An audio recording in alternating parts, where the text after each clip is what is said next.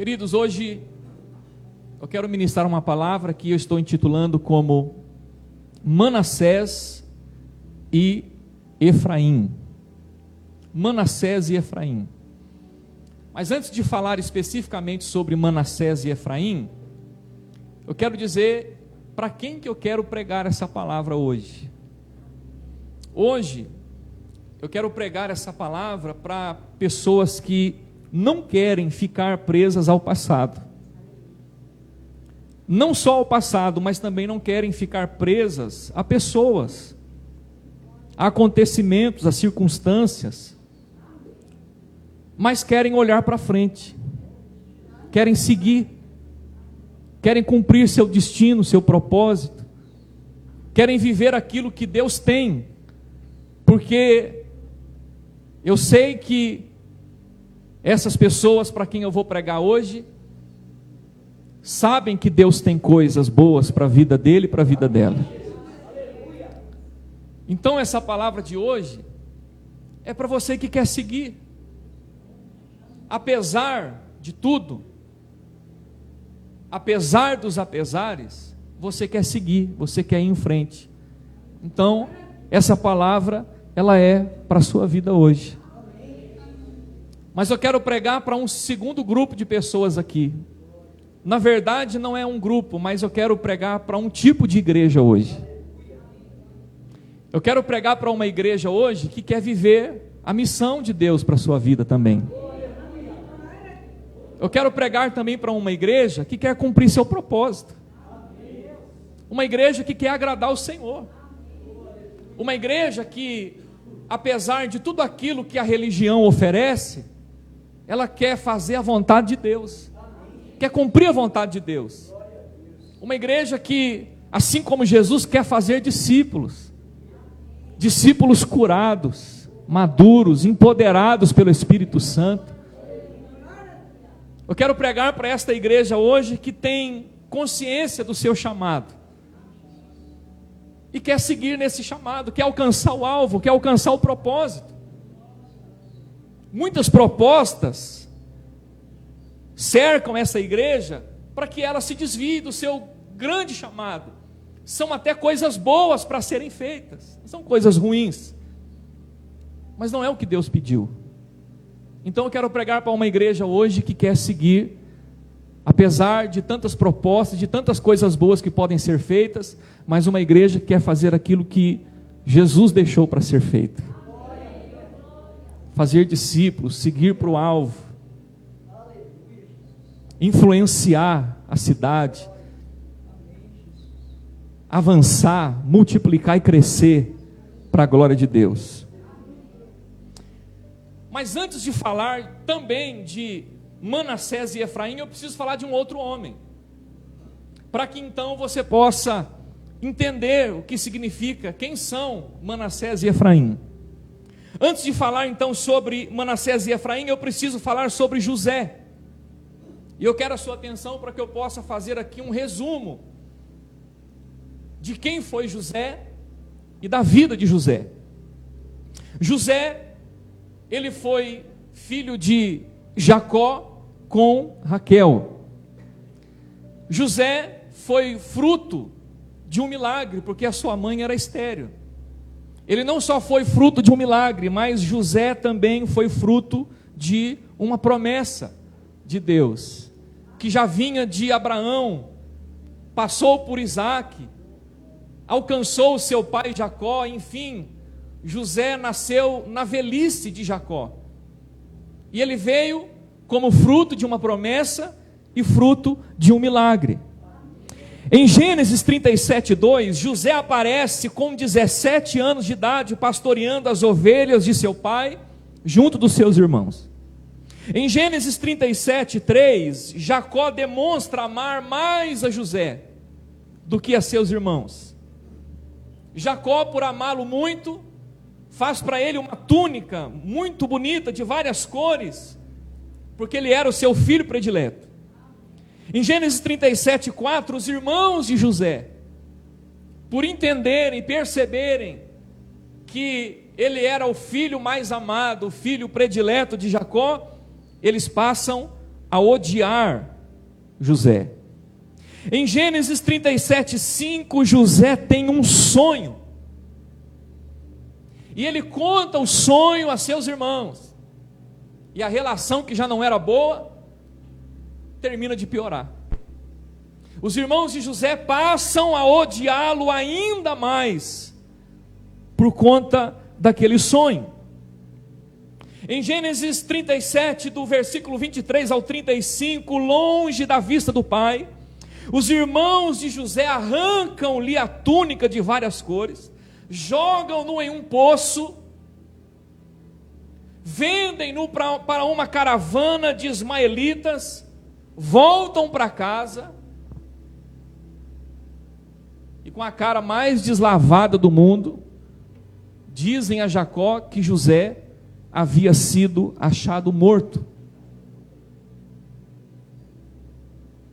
Em Gênesis, agora no capítulo 39, a partir do versículo 1, os ismaelitas que compraram José o levam para o Egito.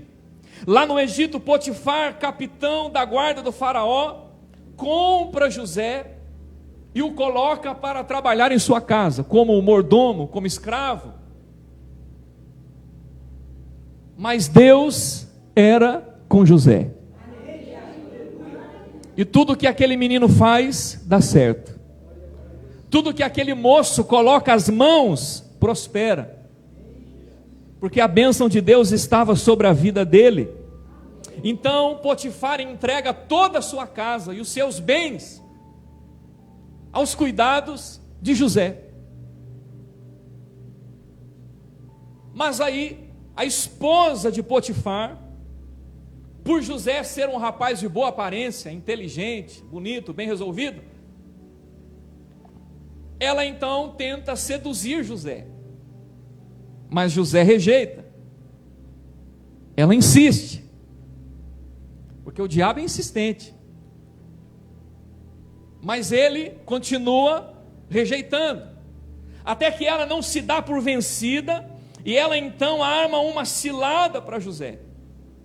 E um determinado dia, quando não havia ninguém na casa, José estava lá cuidando dos seus afazeres, a mulher de Potifar agarra José de surpresa.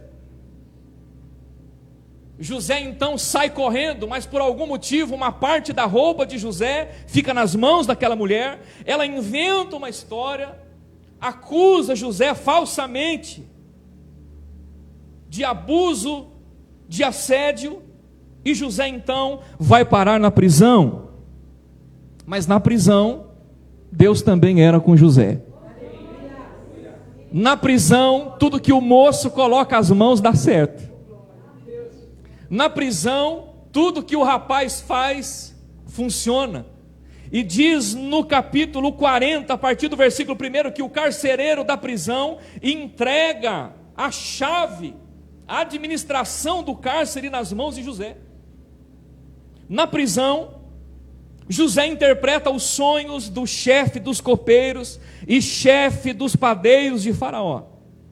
E conforme predito, o chefe dos copeiros é restituído ao cargo, mas o chefe dos padeiros é executado por Faraó.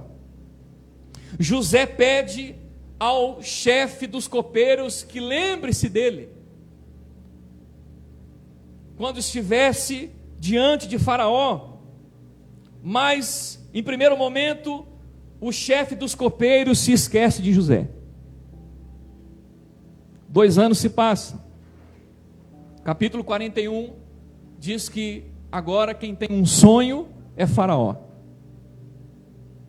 Ele chama todos os magos do Egito para interpretarem o sonho e dar a ele a adivinhação, a interpretação do sonho, mas não havia nenhum sábio, nenhum mago em toda a terra do Egito que pudesse interpretar o sonho. Mas o chefe dos copeiros lembra-se de José. Ele diz: eu conheço um homem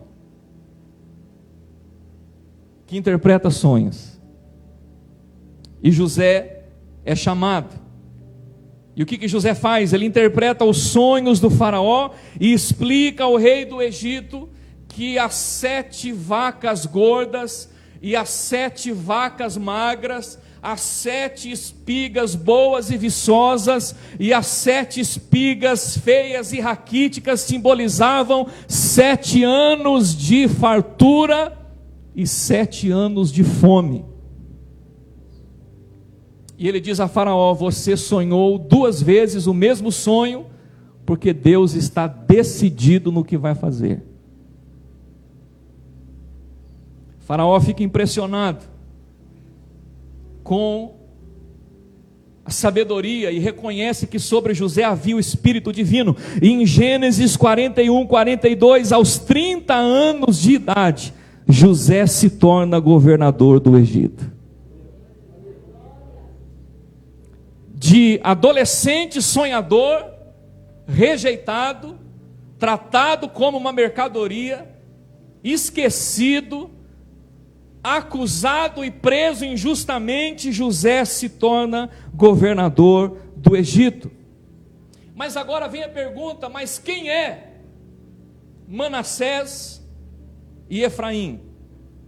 Manassés e Efraim foram os 2 filhos que Deus deu a José na terra do Egito.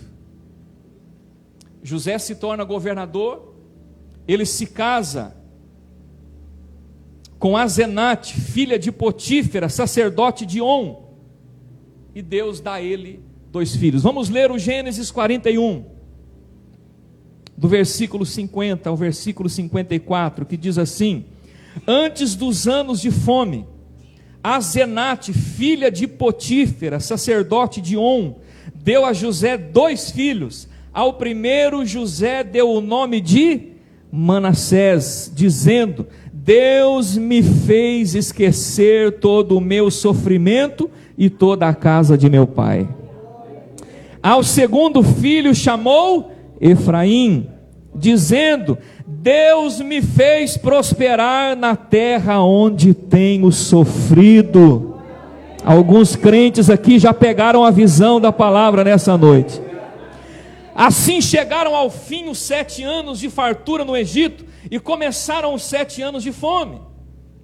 E como José tinha predito, houve fome em todas as terras, mas em todo o Egito havia alimento. E havia alimento, porque ali havia um homem de Deus chamado José. Aonde tem homem de Deus, tem solução para a crise. Aonde tem homem de Deus, tem solução para os perrengues que nos alcançam. José venceu, ele prosperou na terra do seu sofrimento. Mas a pergunta é: como que um homem esquecido, abandonado, vendido aos 17 anos de idade, passa por todo esse processo e no final de tudo se torna ainda governador de uma nação? Eu quero então falar sobre os 2 segredos de José.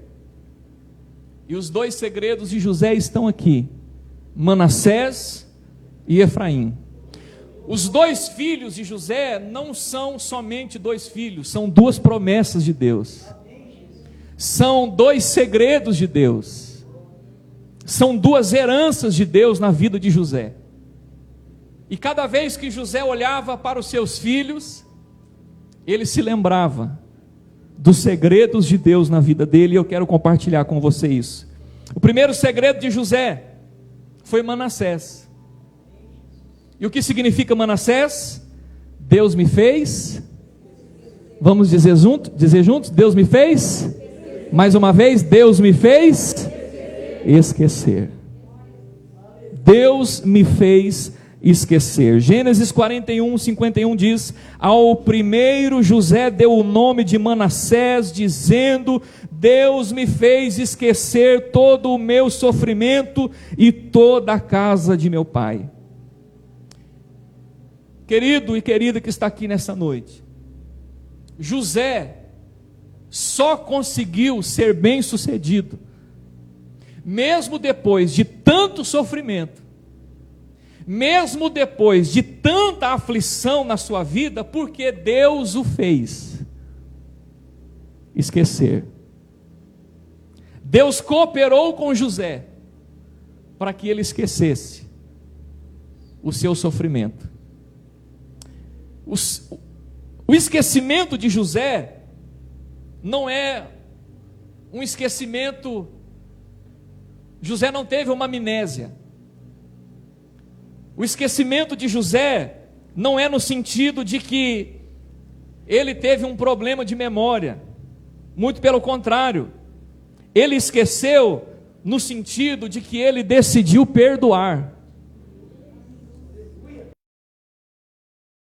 De que ele decidiu não cobrar a dívida daqueles que o prejudicaram. E olha que não era poucas pessoas, era muita gente. O que José poderia ter feito? Qual poderia ter sido o primeiro decreto de José quando ele recebeu o anel de governador do Egito? Ele poderia ter dito: olha, manda chamar meus irmãos que eu quero conversar com eles. Manda chamar a mulher de Potifar que eu tenho uma conta para acertar com ela. Manda chamar os caboclos que me esqueceram lá na prisão, porque eu tenho um assunto para resolver. Mas por que José foi bem sucedido? Porque ele decidiu não cobrar as dívidas que lhe causaram. José teve prejuízos emocionais, ele teve prejuízos para a sua vida, ele teve prejuízos físicos e até financeiros, mas Deus o fez esquecer. José liberou perdão. José perdoou os que o ofenderam. José perdoou aqueles que o prejudicaram.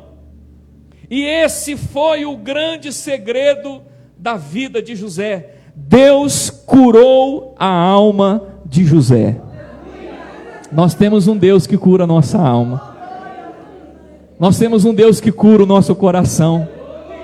Nós temos um Deus que cura a nossa vida. Basta você estar disponível, querer, meu irmão. José chegou ao trono com mãos limpas e coração puro. É o que Deus quer fazer com você. Deus tem sucesso para a sua vida, sim ou não? Deus tem bênção para a sua vida, sim ou não? Deus tem milagre para a sua vida, sim ou não? Mas você precisa ter a unção de Manassés na sua vida. Ou você cobra a dívida, ou você prospera. Ou você vai viver daqui para frente para se vingar de todo mundo que te fez mal, ou você vai viver daqui para frente para ser curado por Deus, restaurado pelo Senhor, viver o ministério que Deus tem para a sua vida, colocar em prática a missão, o propósito, o desígnio, o alvo que Deus tem para você. Qual a sua escolha? José decidiu esquecer. Ele decidiu perdoar. José perdoou o imperdoável. José esqueceu o inesquecível. Você concorda comigo que José, mais do que ninguém, tinha todos os motivos para ficar profundamente chateado? José tinha todos os motivos para se trancar num quarto escuro e dizer: daqui eu não saio mais. José tinha todos os motivos para viver a vida dele numa profunda mágoa, num profundo ranço. José tinha tudo para ser mais um rebelde. José tinha todos os motivos para ser mais um delinquente, mas Deus o fez esquecer. Deus o curou. Deus o restaurou. Deus limpou o coração. Deus limpou a alma de José. José tinha todo o direito do mundo de ficar magoado. Meu irmão, e esse é o problema. Sabe qual é o problema? O problema é que nós temos o direito de ficar magoado. E esse é o problema. Você acha que José não tinha direito de ficar magoado? Os irmãos o venderam, deram como morto para seu pai. José tinha o direito de ficar magoado, sim ou não? José foi vendido para um homem que ele nem conhecia, para uma terra a qual ele nunca tinha ido. Ainda moço, olha que loucura, a esposa desse homem começa a dar em cima dele. Ele rejeita, ela insiste, ela inventa uma história. José é preso injustamente. José não tinha o direito de ficar magoado. José interpreta os sonhos que ninguém mais conseguiu interpretar, e o homem que foi beneficiado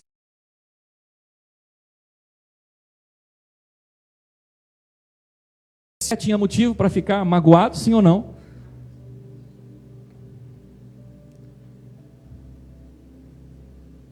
Mas a graça de Deus, ela inverte a nossa lógica. Você sabe que muitas vezes o diabo nos aprisiona naquilo que nós temos direito de fazer. Mas José, ele decidiu esquecer, ele decidiu perdoar. Talvez essa pessoa que está do seu lado, ela tenha o direito de ficar magoada.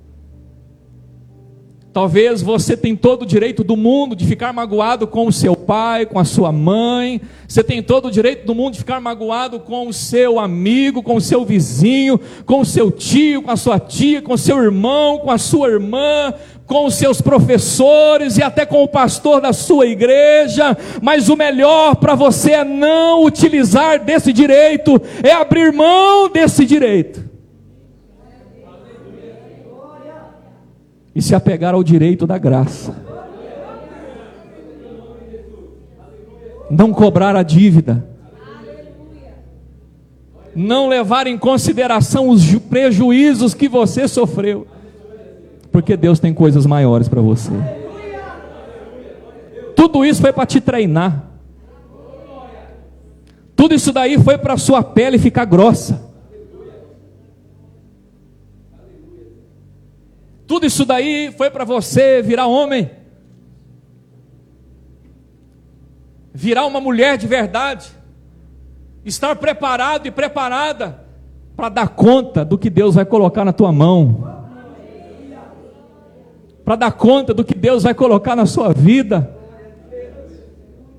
E Deus não quer meninos nem meninas no sentido de imaturidade, mas Deus quer homens e mulheres que digam: eu estou pronto, pode me dar que eu estou pronto.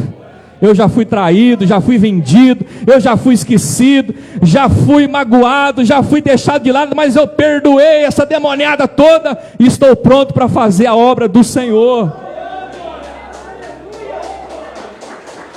O melhor para você é esquecer. Esse é o problema, quando temos o direito, mas José abriu mão do direito de se vingar, do direito de dar o troco. Enfim, José, ele não pagou o mal com o mal, mas ele pagou o mal com o bem, e ele foi bem sucedido. Queridos, o que José fez não é justamente o que a palavra de Deus nos ensina a fazer. Eu sei que é muito mais fácil falar, é muito mais fácil pregar do que fazer. Mas Filipenses capítulo 3, versículo 13 e 14 diz: irmãos, não penso que eu mesmo já o tenha alcançado, mas uma coisa faço, e é que, esquecendo-me das coisas que ficaram para trás, e avançando para as que estão adiante, prossigo para o alvo. Parece que Paulo estava falando sobre José. Parece que Paulo estava falando sobre Manassés. Esquecendo-me, deixando para trás uma santa amnésia. Olha, queridos, eu digo e repito para você: quantos aqui querem ser bem-sucedidos? Diga amém. Então, se você quer ser bem-sucedido e prosperar na terra do seu sofrimento, você tem que fingir que aquilo que falaram não foi para você. Dá uma de louco, finge demência.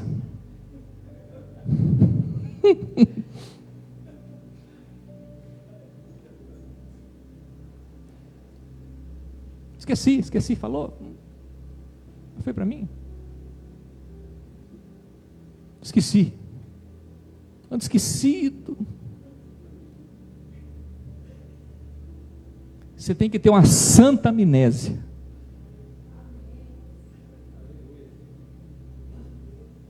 A ofensa está aqui. Mas tem um anel de Deus te esperando aqui. Então, larga aqui e vem para cá.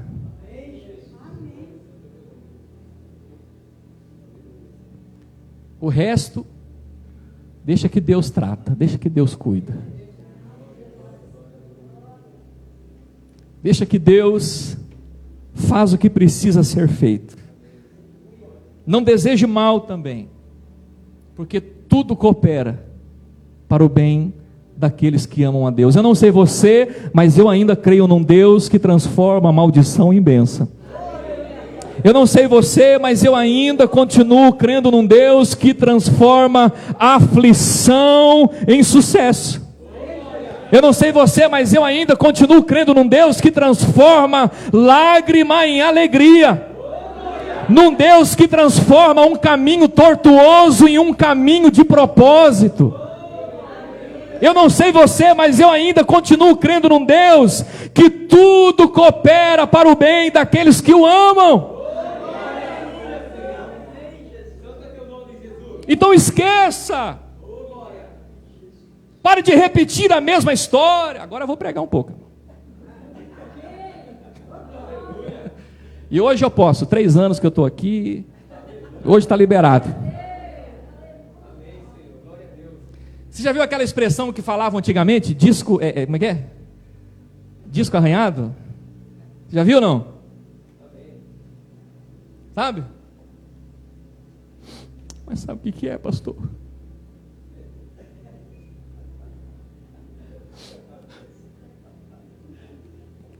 Eu lembro como se fosse hoje.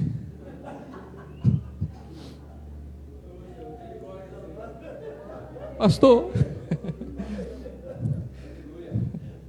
eu lembro como se fosse hoje. Pastor, 1978.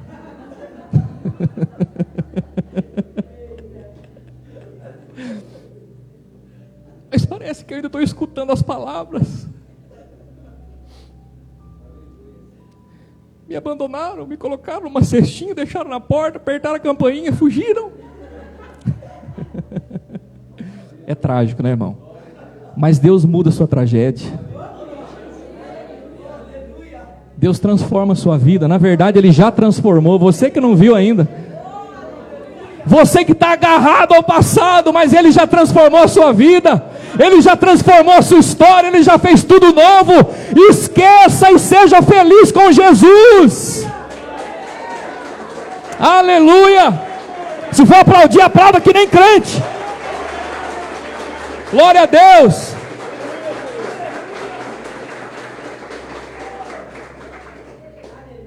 O segundo segredo é Efraim. E o que significa Efraim? Deus me fez? Deus me fez o quê? Prosperar. Gênesis 41:52 diz: ao segundo filho chamou Efraim, dizendo: Deus me fez prosperar na terra onde eu tenho sofrido. Deus sabe do seu sofrimento. Ele sabe. Em primeiro lugar, querido, entenda uma coisa. É Deus quem vai te fazer prosperar. É Ele que vai fazer você chegar a lugares que você sonha. É Deus. Provisão vem de Deus, prosperidade vem de Deus. Eu particularmente não acredito que o diabo possa prosperar pessoas. Aqui é o momento da opinião. Você tem a sua, amém. Provisão vem de Deus. E cada um terá que dar conta daquilo que fez, com a provisão que lhe chegou nas suas mãos. Deus é quem dá a capacidade de adquirir riquezas. uma frase para você colocar agora no seu Instagram durante a semana. Vamos perguntar para você, de quem que é essa frase? É do Luiz Hermínio? Ela fala, não. Essa frase é do pastor da minha igreja. Prosperidade não começa na carteira. Prosperidade começa na fé. E no seu relacionamento com Deus. Prosperidade começa aí. Você tem fé? Você tem esperança? Você se relaciona com Deus como um filho amado e não como um escravo abandonado? Então você é próspero. Você não vai ser abençoado, você já é abençoado. Você não veio aqui hoje para mendigar nada, porque você já tem tudo. Você se assenta à mesa do rei para comer, você é filho. Você não está do lado de fora da festa, você está do lado de dentro.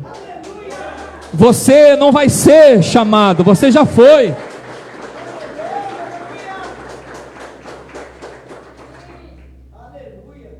Agora uma observação interessante, os dois filhos de José nasceram no início dos 7 anos de fome. Eles nasceram no fim dos 7 anos de fartura e no começo dos 7 anos de fome.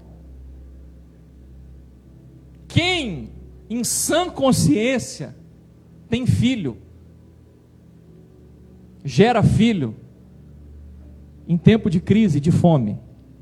E pior, sabendo que viria fome. Porque José, mais do que ninguém, sabia. Ele que deu a revelação. Ele sabia que depois dos 7 anos de fartura, viria 7 anos de fome. O que o homem faz? Tem 2 filhos. Hoje o povo nem com dinheiro quer ter filho, irmão.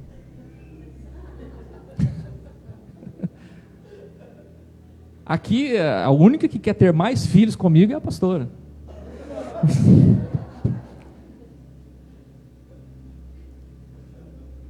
Sei que ela está olhando para mim. Eu sei que ela está pensando, quando chegar em casa eu te mato. Orem por mim. Mas ele tem filho sabendo que viria 7 anos de fome. Meu irmão, mas deixa eu dizer uma coisa para você. Quando o projeto é de Deus, quando o negócio é de Deus, quando a visão é de Deus, é Deus que sustenta. É Deus que dá a provisão. Então não importa. Não importa. Nós temos uma igreja aqui para construir para 200 pessoas. Com crise ou sem crise, sabe? Com governo A ou governo B, vai ser feito, porque a obra não é minha nem sua, a obra é de Deus, a obra é do Senhor. E se prepare que Deus vai colocar recursos na tua mão. Deus vai enviar recursos através de você. Quando é de Deus, é Deus que sustenta. Segundo, José prosperou na terra do seu sofrimento. Efraim é isso. É você prosperar na terra do seu sofrimento. José não prosperou na Disney. José não prosperou em Paris. José não prosperou na terra da alegria, na terra do nunca, na terra das maravilhas. José prosperou na terra do seu sofrimento.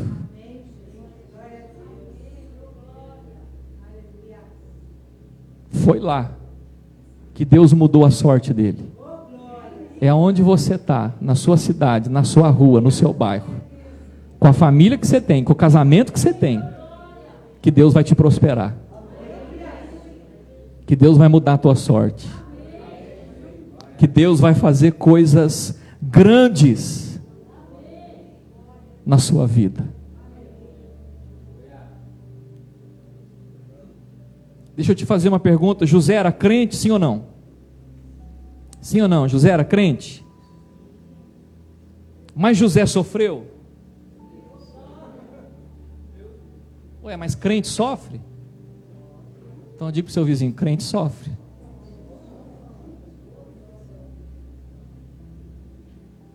José era crente? José era fiel? José estava em pecado, mas ele sofreu? Nós temos que parar com um negócio também, irmão. Toda vez que alguém está passando por um sofrimento ou dificuldade, parar de dizer que é pecado. Procurar diabo na vida da pessoa. Na vida de José não era diabo, não, era Deus. Era Deus. Não estou dizendo que o mal não existe. Não estou dizendo que o diabo não existe, que ele não tem suas ciladas, suas artimanhas, e se der lugar ele entra sim, claro que entra. Mas José era fiel, José era um moço de Deus, José não pecou. Meu irmão, José, no auge da sua juventude, foi tentado e não cedeu, mas ainda assim sofreu, ainda assim teve que suportar um processo na vida dele, um processo de Deus. Deus o estava preparando, Deus o estava moldando.